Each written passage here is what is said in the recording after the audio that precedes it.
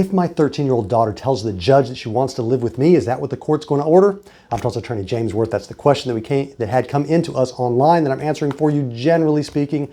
And if we're talking about a custody case of a child, normal custody case, and a paternity case, a divorce case, then there is a statute that has this rule of 12 years old, where at the age of 12, there's a presumption that the child can make an intelligent preference. So the child, by presumption, should be able to state that preference to the court. So one, it's a presumption, it's not absolute. So the court could look into it with more detail and establish, this child that's 12 is not quite there to be able to give an intelligent preference, or it could be a younger child that it's able to be shown is to that level of maturity and intelligence to give an intelligent preference.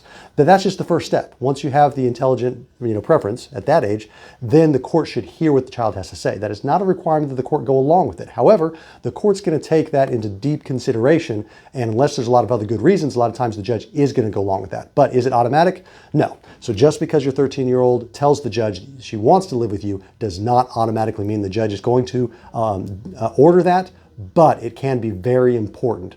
So it is definitely part of the equation that you want to establish if you're presenting a case to the court. And as attorneys in custody cases, we definitely look at the preference of the children and whether we can use that to get the most equitable, fair result possible, but it is not absolute.